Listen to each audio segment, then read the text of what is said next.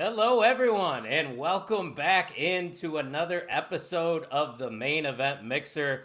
I, of course, am your host this evening, Mr. OTM Kyle Gagliardi from the On the Mark Wrestling Podcast. But I am not alone. As you can see, I brought two of my main guys from the Main Event Wrestling Network. Gonna pivot on over here to the host of the Wrestling Junkies podcast. The man was literally just live an hour ago, and he said, fuck it, I'm gonna do another live stream, and here he is, Mr. Cincinnati, Eric Robinson. How are you doing, my friend?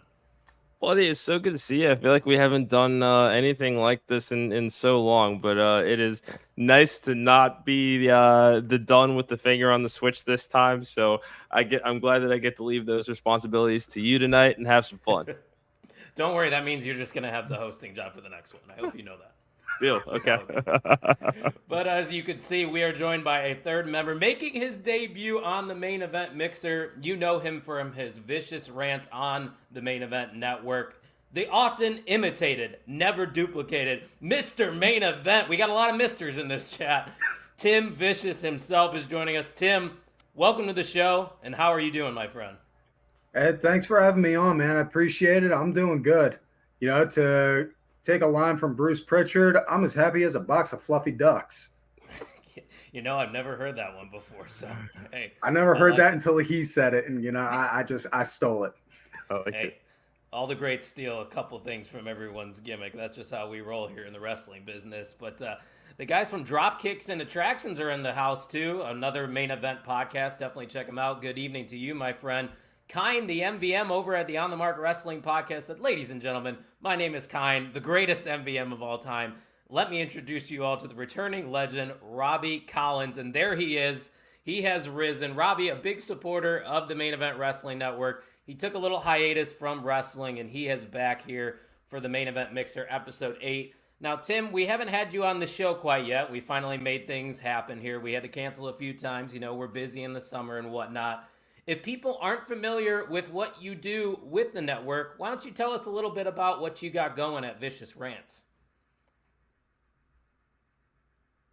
I think you're muted right now, my friend. Is he muted? Can you hear him, Mr. Cincinnati? Yeah, I can't hear you. I think you might be muted there, bud. Let's try it out one more time. We'll let him figure it out. But yeah, Mr. Cincinnati, like I said, we've been very busy, man. What have you been up to? Yeah. Same old, man. We're out here interviewing. We're out here sponsoring shows. Main Event moves all day. I believe that your count was 65 days until SummerSlam. 65 days. That is correct. I like it. Music to my ears. Yeah, I'm very excited for that. A lot of people from the Main Event Wrestling Network are going to be in attendance. So look for some content and make sure you're following the network, of course, on all of our socials at mainevent_net. And if you want to follow our shows and give Tim a follow, there is our handles right there on the bottom of the screen. Hopefully we can get that audio situation figured out. It was working perfectly, Eric. Yeah, once we started, yeah. I'm going to kick him off the screen, though, just for a second, and then maybe we can bring him back in. Yeah, good call. Tim, just say something in the private chat. You are not coming through to answer your question in the private chat, but we'll try to make that work out for you. But, yeah, Eric was live a little bit ago. He talked about a lot of this stuff. So I think we need to address this situation because a lot of things are happening in professional wrestling, specifically with the WWE. And we saw on Tuesday none other than the Knockouts champion herself, Jordynne Grace, confronting the NXT Women's Champion, Roxanne Perez. I mean, Eric, I rarely have actual holy shit moments, but I think my first initial reaction to all of this was just holy shit. Out loud, I think my neighbors probably heard me. Yeah. What was your reaction when you heard that music hit? So mine was the exact same as yours. I think you were the first person that I texted once that happened, and very much had just that pop moment. Worried about the neighbors too. I mean, this is. I'm still kind of flabbergasted that this is the forbidden door is swinging back in that other direction. I mean, not to put myself over, but I'm putting myself over here. You got to. I said earlier this year, maybe this is a working relationship that they should consider. We were seeing the we were seeing AEW take off with CMLL. They still had their New Japan relationship, and really kind of building those inroads into Mexico and wanting to see, well, what would this look like if WWE did it? Would they do it with a TNA?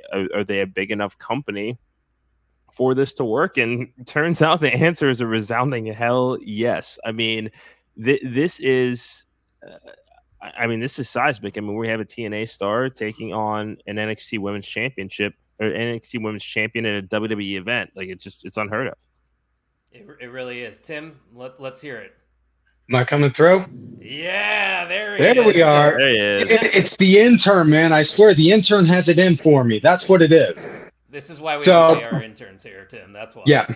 And if you see the background right here, I have quite a few toys that if any of them give any problems, just throw them my way. The cerebral assassin over here, Tim. But I did ask you before we lost you what you do with the network. If you want to explain that to the audience to get to know you a little better. Oh, thanks. The Rant, it's a recap show. I go over Monday Night Raws mostly, as well as the pay-per-view PLEs.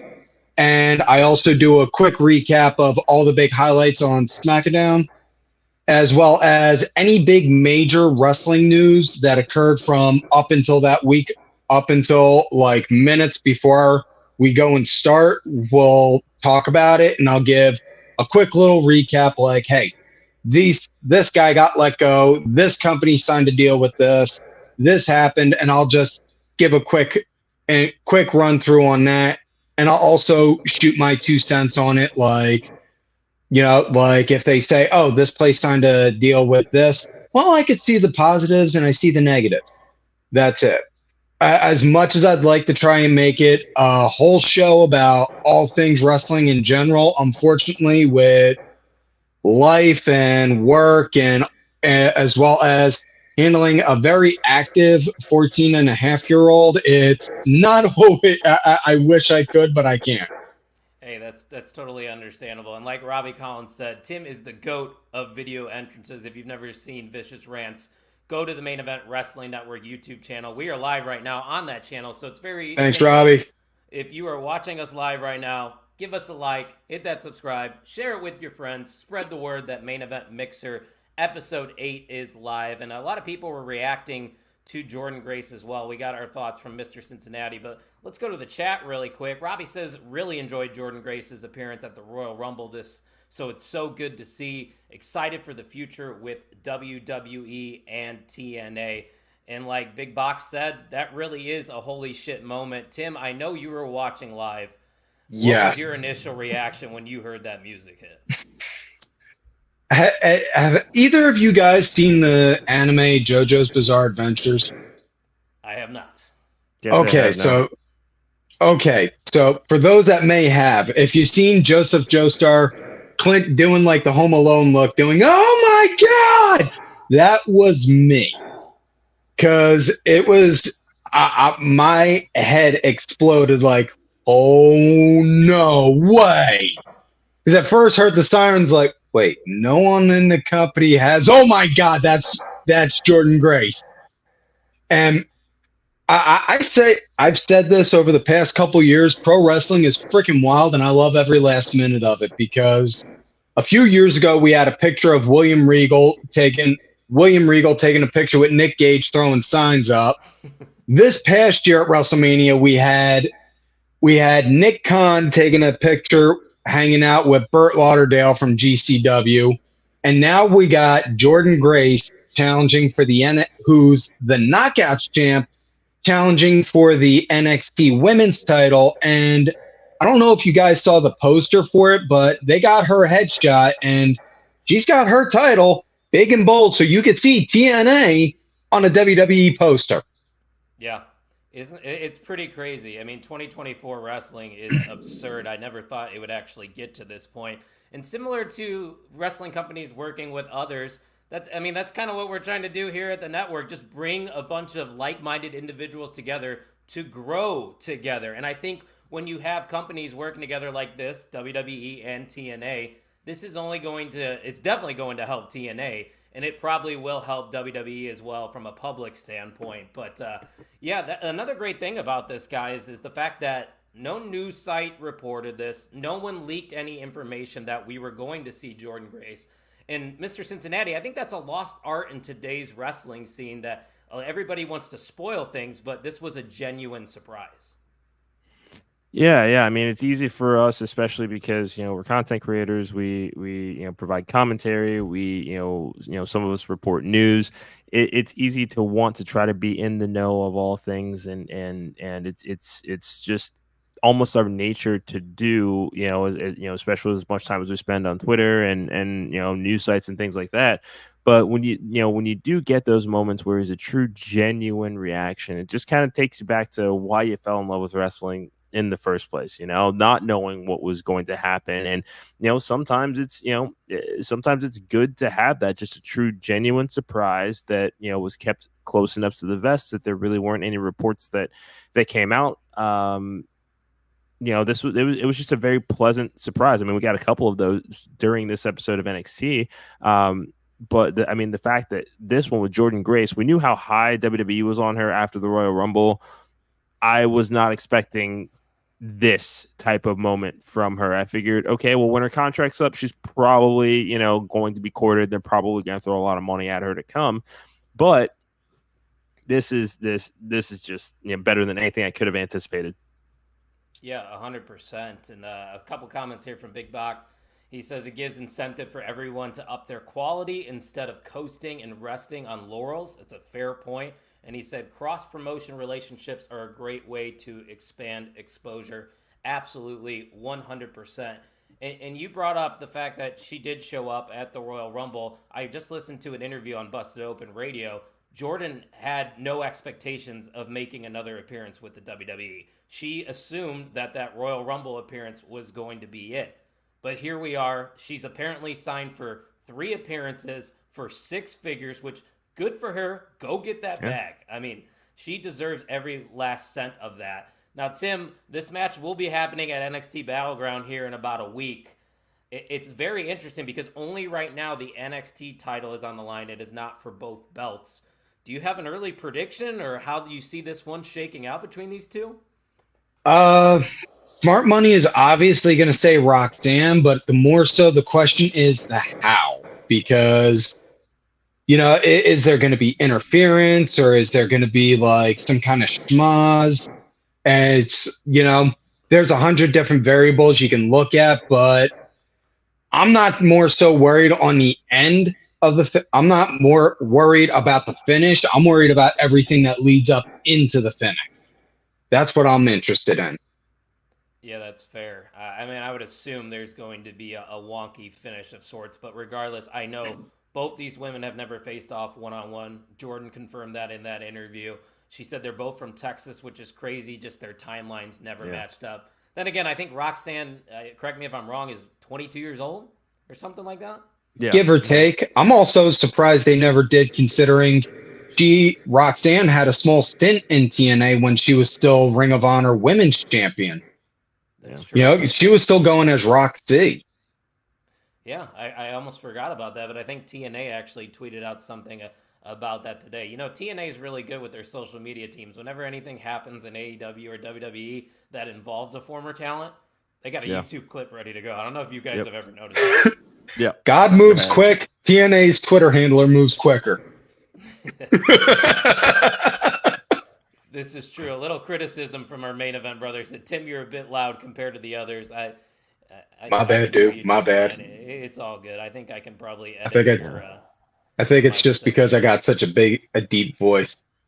I'll tone it down a little. Hold on. I'll tone it down a little. There we go. No, I fixed it for you. We're good now. But yeah, any final remarks about Jordynne Grace showing up in NXT, guys? I'm all for it. I'm all for it. I hope for nothing but the best. Yeah, I think this is just the start of this real working relationship. I'm still going to hold out hope that there is a fully cross-branded show. There are a lot of people that could benefit from that exposure on both sides. It just makes the landscape that much more interesting. You know what? I think it's going to happen. I don't know if you call it worlds collide, but the writing is on the wall, and it's cool to see all the TNA superstars and WWE superstars interacting with one another on X right Yeah. now. Like the potential of other people showing up. Tim, I don't know how much TNA wrestling you are able to catch on a weekly basis, but is there any names that, if they were to do a cross promotional show, that you would like to see match up with WWE? I thought about this and I put it out there. I don't remember if it was that night or the day after, but Moose versus Oba. I don't Mm-hmm. care if it's for either. I don't care if it's for titles. I just want one Just on let them one. fight. Yeah, because that is right there. Two big meaty men. Bumping meat. Yeah, exactly. I had to finish it for you. Mr. Cincinnati, any dream matches that pop out to you right away or just names in particular? One for me is obviously Joe Hendry. Yeah, Joe Hendry for sure. I'm gonna throw out. I think Natalia would be great going over to TNA. That true legend presence, having some involvement in the knockouts division would be cool. I really want to see Tasha Steeles come over. Whether it's Lola Vice, Shayna Baszler. Shayna Baszler's another one because I want that rematch with Masha from Bloodsport. Um, Yes. yeah. Now, I mean, this you can't help but wonder now, and I'm going to pose this question to you, Mr. OTM, just because we have seen him do some appearances with the company. Do you think that this is the backdoor return of the indie god Matt Cardona and Steph Delander? Man, I don't know why I never even thought about that. I mean, Yeah, I know Cardona is a little banged up right now, but eventually he's gonna make his way back. I think that would get a bigger reaction just because there's so much nostalgia attached to Zack Ryder when he was in WWE. Granted, I yeah, don't know how many of the WWE diehards that only pay attention to WWE would know him as Matt Cardona, but seeing fair. Steph come back too, who had her stint in NXT and was unfortunately let go. Yeah, I would definitely be all about that. Big Box says I would love to see something like DIY versus OVE come out of this. Yep. I'm not sure who's OVE. I'm not familiar. Sammy Callahan's group. Okay, and Xander and him are both Ohio boys too, like Mr. Cincinnati. Look at that, more on the main event network right there. Love it, love it. Tim, where are you from, by the way? I don't think I've ever asked you. I'm originally from Philadelphia, but I live in Erie, and to Erie, that's about maybe an hour and a half, a 2 hour drive from Cleveland. So I'm like maybe a half day drive away from Mr. Cincinnati himself. Look at that. We Yeah, it's got a You the long know, Far drive. and West Wrestling you know, Network over here, it seems. yeah, I mean, I tried, guys. I tried. I really did. I tried getting tickets for SummerSlam, but I just couldn't. That's The okay. queue That's was okay. insane. It's Tuck got us some tickets, and he said he got in there right away, and he was like 17,000th in line, which Jeez. that just shows you the demand unreal. right now for Yeah. WWE PLEs. It's insane, and Xander and him are over in the 419. Do you know where that's at, Eric? That's I don't know area codes, so trying to I think. couldn't help you. Toledo, Finley area. I want to say. Let's see if you're right. I'm sure Just he'll to get, correct us. yeah, no, it's been a while. It's like try to remember everybody's area codes in college and stuff from everybody that comes from different parts of Ohio. But that's gonna be my guess. I'm fairly certain it's that kind of northeastern or We got a northwestern comment Ohio. here. Maybe he can confirm. Look at that. Yeah, Look at you. Points for Mr. Cincinnati.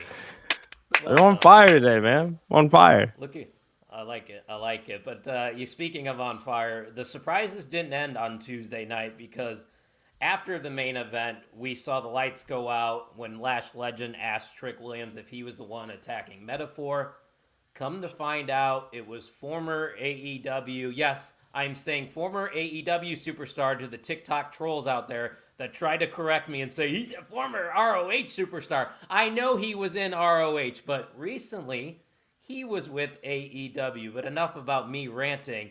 All ego Ethan Page has made his presence known in NXT, attacking Trick Williams. Whoop that trick. Yes, he did. Mr. Vicious. This seems like a really good fit for Ethan Page in NXT. What do you think about this? Oh God, yeah, it's so well. And, not only that, Ethan, he put out a little thing on his Twitter saying point blank, he's a free agent. He's not signed. So whether he is or not, I'm just going to go on the say for the sake of argument, he's not. If he's not, and he's working as a free agent like Ciampa and Gargano were at first, dude, that's great for him. Because not only does that gives him exposure and then a chance to move out in the indie saying, hey, you do see me on USA? Yeah, I was kicking ass. Yeah. And nothing saying they don't sign him because it's not like they don't have a good eye for talent. Yeah, for sure. And, I tweeted out too during this episode, I don't know if you guys saw it, that I wasn't into NXT the last couple weeks. I felt like we were missing a lot of top stars due to the WWE draft. Big names like Carmelo Hayes, Braun Breaker, Ilya Dragunov making that next step. And then right after that, they answer with not just Jordan Grace, but Ethan Page, who I was a big fan of over in AEW. That's when I was introduced to him. Also got to see him right down the road 5 minutes from where I live. So that's pretty cool as well to now see him on NXT. But, Eric, Tim brought up that he doesn't have a contract, or at least that's how they are portraying it on TV. We don't know the exact details, but if he is going to WWE, one, it's interesting because you guys even brought it up on your show that he owns his own independent wrestling company. So yeah. I'm kind of curious how this is going to work. How do you see this playing out? Yeah, it's a good question. So I'm going to go ahead and believe that he is signed. I saw on X Day a couple of promotions that tweeted essentially due to unforeseen circumstances, he's being pulled from events. So you're generally not seeing that unless they are, at least in WWE's case, if you're signing with them, you're probably wrapping up or pulling out of any commitments that will allow you to do so. But I think that NXT is the perfect place for him. Ethan Page was a guy that had a meaningful spot in in the top team group for a while there. Competed once or twice for the world title, but he would have gotten lost on the main roster, and I'm not sure that his debut would have had quite the reaction and effect that it did on NXT. Something that we pointed out on our show earlier tonight when it comes to Roxanne Perez, Trick Williams. There really aren't a whole lot of contenders right now because of the draft and because they now essentially have to, I'm not necessarily going to call it a rebuild from scratch, but now it's trying to incorporate newer stars into this story that may or may not be ready for those opportunities. On the women's side, we're seeing everybody competing for their place in history with the Women's North American Championship. So everybody wants into that ladder match at Battleground, but there were no clear-cut challengers right away for Roxanne Perez. Cora Jade's not quite back from her injury yet, and if she is, do you turn her face to do this feud with Roxanne? I mean, they were both kind of starting to hit their stride as heels, so I don't necessarily know that heel versus heel is the way you want to go. I think that it surprised a lot of people that Noam Dar was the first contender for Trick Williams because he hadn't really necessarily been positioned as a contender for the NXT Championship. Heritage Cup was his baby. And, you can even have your own debate about where that belongs in the championship pecking order. So having a guy ready built like Ethan Page that's coming off of an AEW run to come in and basically just stake his claim, it's better than anything they did with Shawn Spears in his debut, and it's better than anything that they've done with Lexis King. So I am cautiously optimistic. That is fair. Tim, any additional comments you have about Ethan Page jumping on over to NXT? Well, I think Alpha One, his company, I think that might wind up being a starting ground for a potential breeder territory. I know Luke Gallows also owns a wrestling company, so there's always that possibility. Yeah. So I think Alpha One may potentially be a feeder territory. Also, man, I definitely can see, I doubt they'll pull the trigger and put the title on Ethan, but I could definitely see the All Ego Championship. 100%. I mean, yeah. When I saw him in AEW, and you could say this about a lot of wrestlers, I thought he was being misused. Granted, he did get a fair amount of television time, but I didn't feel like they maximized all the charisma that he has to offer. And I think that's something that NXT definitely needs. The thing that's great about NXT is they blend, the newbies, their NIL program, these guys that are green as hell, and they train them from the ground up, blending in with these independent stars or guys that come from other big companies like an AEW. And I think that's why Ethan Page is a perfect fit for NXT right now. Like you said, Tim, I don't know if he will actually dethrone Trick Williams for that title, but I think eventually he's going to be holding some gold in NXT. And maybe this is a year run and then he gets that call up to the main roster. Eric, I don't know what you think, but if he does sign with the WWE, do you think he should cook in NXT for a little bit before they call him up?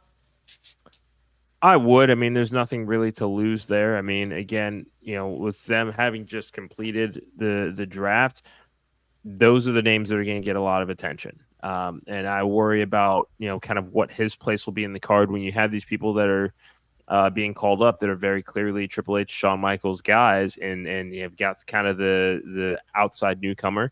You can't help but wonder, where you'll kind of fall in the shuffle there. But Ethan Page is coming in at a time where NXT is essentially hitting the reset button. This is kind of their next wave of this creation of talent, and at this point, he's kind of the bigger fish in the small. And he's bigger fish than he would be on the main roster compared to the size of the pond. Yeah, I definitely agree with you. And Big Box says, love that content. Watched every week when he's talking about the black and gold NXT from 2015.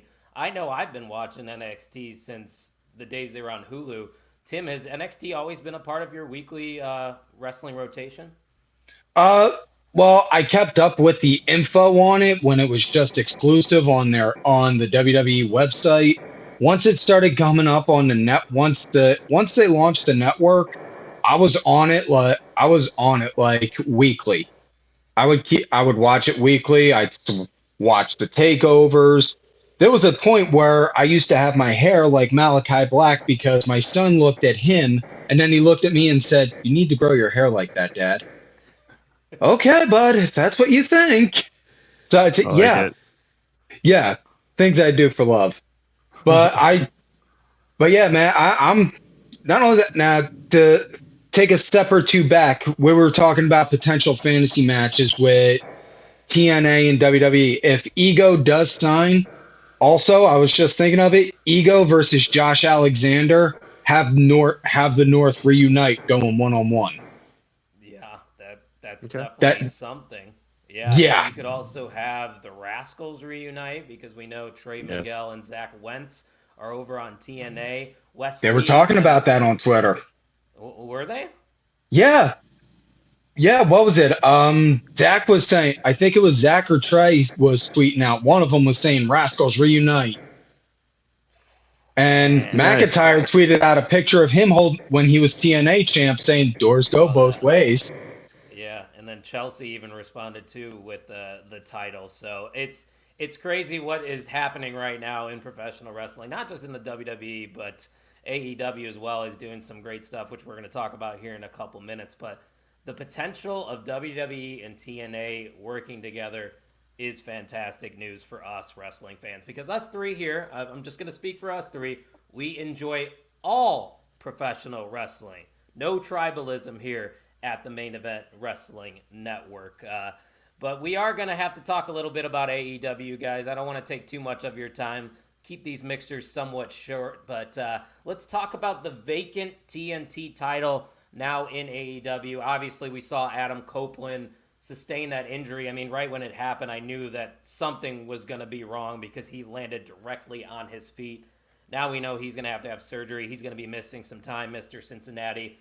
First off, what are your thoughts on them doing that spot to cause this injury? And then where do you see the direction of the TNT title going, knowing that we saw Jungle Boy, of all people, throw his name into that hat?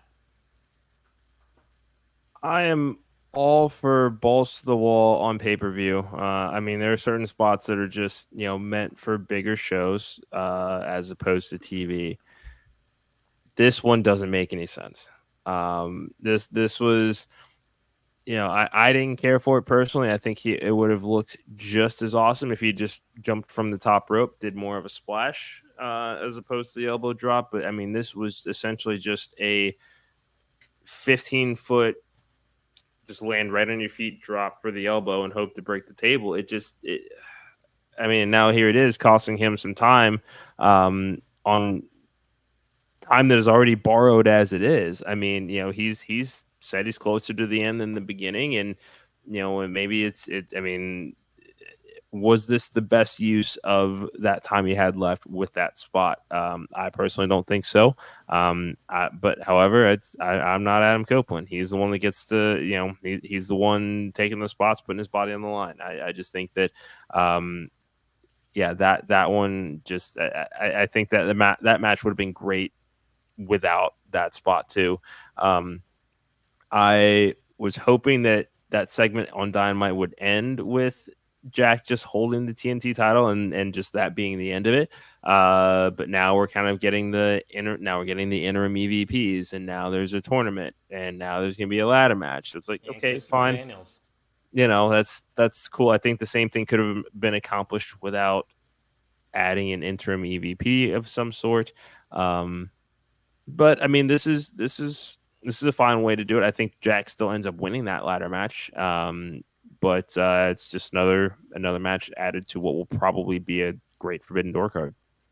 Yeah, I mean, they're starting hot with Swerve and Ospreay, which we're going to talk about, spoiler alert. But Tim, before I ask your thoughts on things, let's run to the chat really quick. Robbie says, I can't claim to be too involved in AEW, but I enjoyed MJF's return.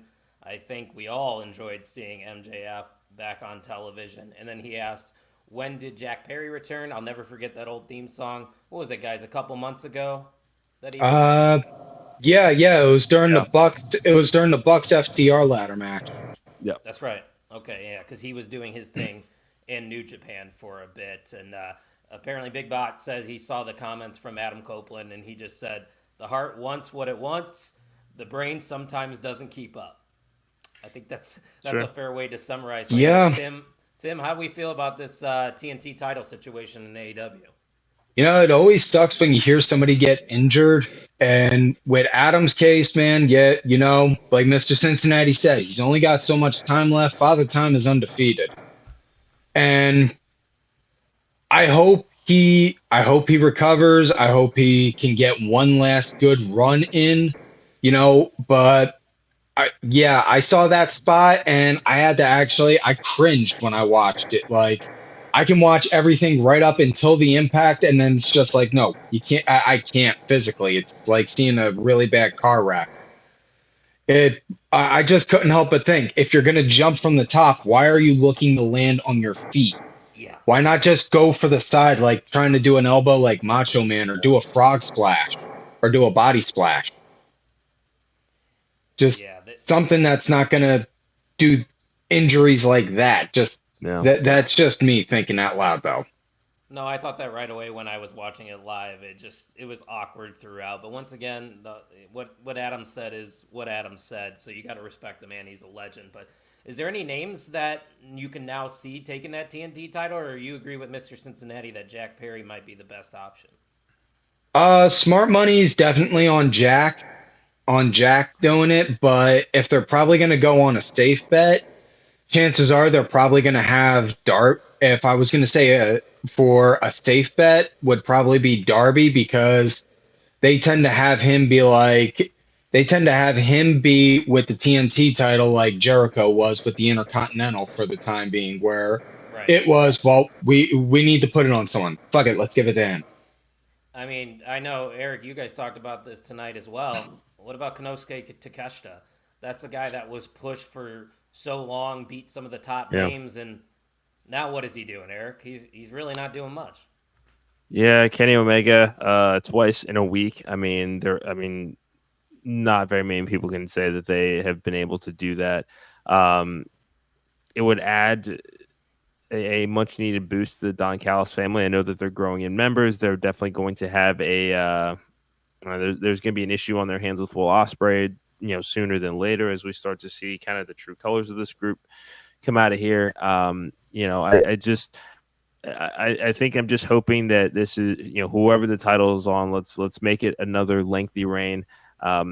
AEW, I mean, they're a company that's been in business 5 years now, but they've had maybe one or two major vacancies like this a year, essentially, since their inception. I mean, that's, unfortunately, yeah. with the pacing that they're having as far as those vacancies to length of activity, it's a little staggering here. So I'm just hoping that whoever takes it next gets to do something with it, and I hope that that's Jack Perry. I mean, he pinned Bryan Danielson to win Anarchy in the Arena. I mean, you're not doing that if there isn't some larger plan for you down the line, and this might be a time to execute. Well, I mean, the visual too of everybody in the elite having a belt would be great. I mean, that'd be great heel heat right there. So I agree. I think Jack Perry would be a slam dunk. But like you guys Yeah, are that's saying, like an old school Four Horsemen kind of heat. oh yeah, and same vibes there in AEW for sure. But one last thing I wanted to talk about before we sign off is the announcement of our newest AEW World Heavyweight Championship match, a dream match of sorts, as Swerve Strickland, the AEW World Champion, will be taking on Will Ospreay at Forbidden Door, who is our international champion, who literally just won that belt last weekend. Pretty interesting decision, if you ask me. I think they're blowing their load too fast, if you know what I'm saying here. Regardless, I mean, it is going to be a fantastic match. I'm not going to take anything away from them because, that's what AEW does. They put on good professional wrestling. But Tim, would you agree with me that this seems a little too quick and kind of devalues the international championship a bit? Yeah, definitely. Honestly, I'm still trying to figure out exactly the whole point of saying what the international title is. It's like that age-old saying. You got your world championship. Okay, well, you're saying that this wrestler is your best champion all across the world. You have a United States champion. Well, he's the best wrestler in the United States. This guy is supposed to be your international champion. He's supposed to be the best internationally. So you're having the international guy fight the world guy. And they're in the same company, and it's at Forbidden Door. Yeah. I mean, if it was like the IWGP US champ challenging for the world title or international champ challenging for the IWGP world title, that's two different things. And that makes sense to me in a weird way. But to this, it's just like, I'm sorry, what? And I think that was me and Mr. Cincinnati's reaction as well to it. Sir, the floor is yours. I know you got some thoughts on this. Yeah, I mean, we've already said this. AEW and long-term storytelling just for some reason don't seem to get along. And this is a prime example of it. This is your best wrestler in the world, and Will Ospreay, who is 14, 15 and 0 since signing with AEW full time this year. We knew this match was inevitable. I was hoping that they would save it for Wembley, do a proper build to it. But the fact that we go from Will Ospreay taking the title from Roderick Strong, who did his best to try to elevate it despite the injuries and chaos that kind of went on with Penta, with Moxley.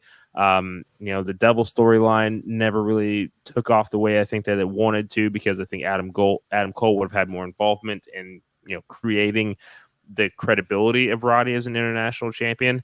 But okay, fine. Ospreay takes that mantle, no big deal. I have no problem with that. I mean, I've said this on our show before.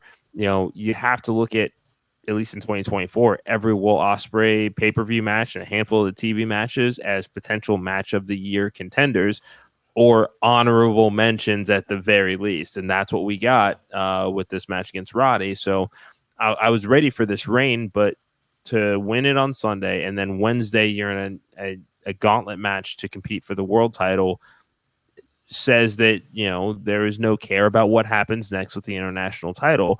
And that's one of the criticisms we're starting to hear come out about Tony Khan is the, rapid change of stories so that there's no consistency from week to week. And that's the biggest criticism that I think most of us have had when looking at AEW as a whole right now is yeah, they build great pay-per-views. I mean, I'll go so far as to say as I think Double or Nothing was better than King and Queen of the Ring, and I'll stand by that any day.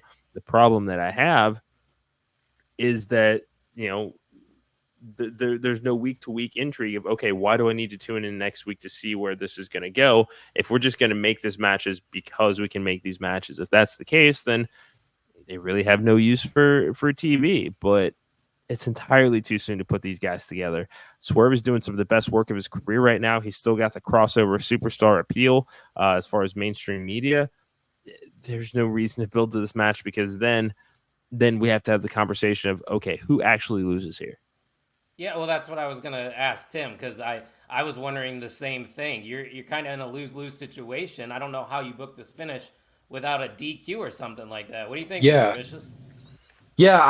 I can't wrap my head around it because if you have Osprey lose all that equity that you built up, having him be this brand new hot talent, everyone loves seeing. He's now a new champion. Rah rah, yay, let's go. And then, oh, you just had him lose.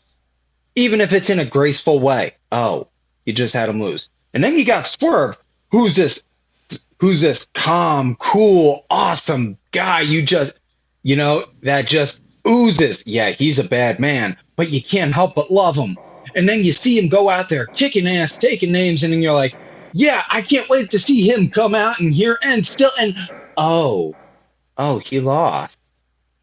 Yeah, and Tony pretty much, it feels like Tony is booking in a way of trying to appease the internet fan base as opposed to just like trying to do, okay, I need to make a story that's going to be good for at least like a good 3 weeks to a month at most.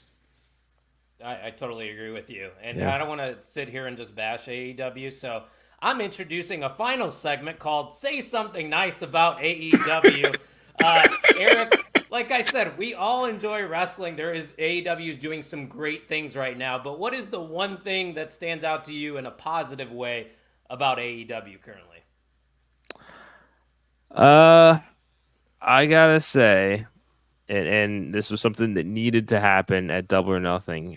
This pairing between Chris Statlander and Stokely Hathaway could be some really, really good television here. They've been dancing around this split with Willow for a while. I don't see Willow going back to the TBS Championship right away, just because I think that she and Mercedes are those kinds of foes that, I don't need necessarily a 3 consecutive month program with them to enjoy their feud. If they don't revisit this match for another 6, 8, 10 months, I'm totally fine with that. There's a, again, larger long-term story that they can tell with Chris Statlander here. Chris has, definitely needed a program like this since, kind of getting cleared from both of her knee injuries. And I'm intrigued to see what she does with her heel work. I mean, so far, so good. I'm a fan. But yeah, that's my one nice thing about AEW this week. I'm going to make it short and sweet. Mine was just going to be the women's division as a whole, because I was one of the people that ridiculed their women's division from the very start. But to see it progress, just the TBS title scene is fantastic right now.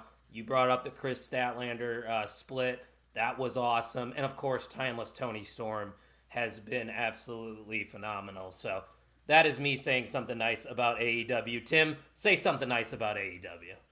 Something nice about AEW.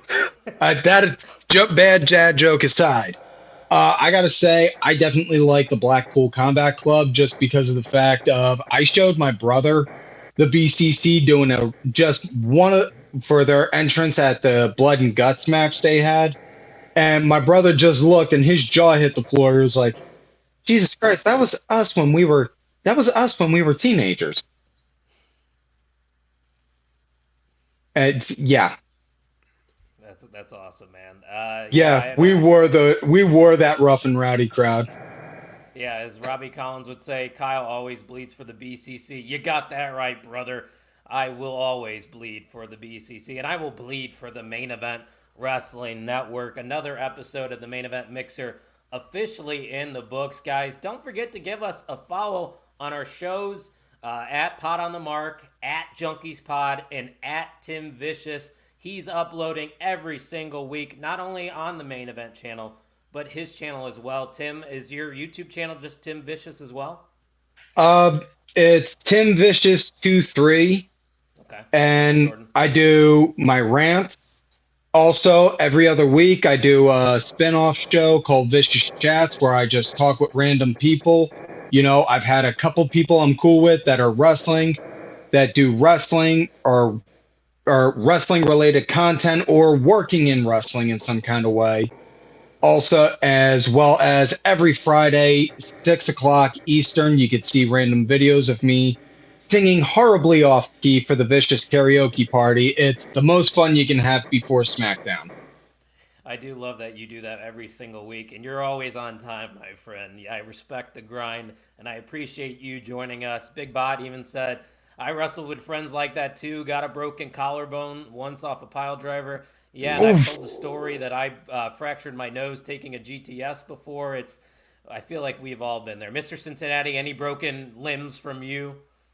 No, no broken limbs. My brother did wrap a belt around his fist once, get me good in the left eye. But that's to It's be fair. brotherly love, right? Yeah, I attempted to recreate the Undertaker Hell in a Cell from WrestleMania 15 once. So I had it coming. It's all right. It's fine. I Hey, got that's why neck you. issues because I took a spear through a sheet of OSB. Yeah, Oof. that'll do that. That'll Yeah, definitely do that for sure. yeah. But Mr. Cincinnati, anything coming up to look out for with the Wrestling Junkies podcast? Yeah, so we just dropped an interview today with Jazzy Yang, daughter of former WWE superstar Jimmy Wang Yang. Make sure to check that out. She is going to be making her MLW debut this weekend, also a fellow Cincinnati native. So it was great to chop it up with her. We got a couple of great new interviews next week and hoping to announce some more sponsorship of events coming up this summer. We'll be at the Scenic City Invitational in July, so we're just going to be hanging out with a bunch of friends we've met over the last year plus and just enjoying a weekend of good independent wrestling. But, I'll say stay tuned. I love that. Support independent wrestling and support the Wrestling Junkies podcast. They have a shirt that literally says support independent wrestling. I got it. I should have worn it. That's on me. I fucked up. I apologize. But nonetheless, be on the lookout. Episode 200 of OTM is quickly approaching, and we have finally decided, yeah, thank you for that. Thank you. I appreciate it, that we will be doing an AEW versus WWE Forbidden Door episode. We did that in 2019. I got to tweet that out, guys, for you to check out, because some of the names that we threw out there now, we look back 5 years later, you're like, oh, why did we put them in that match? So I'll share it with you guys after the show for sure. But yeah, make sure you give us all a follow. You see the handles right there on X, and of course, make sure you're following the Main Event Wrestling Network on all socials at @mainevent_net. Chat, I appreciate you tuning in live. Guys, thanks again for joining me. And that's all we got for you guys on this episode of the Main Event Mixer.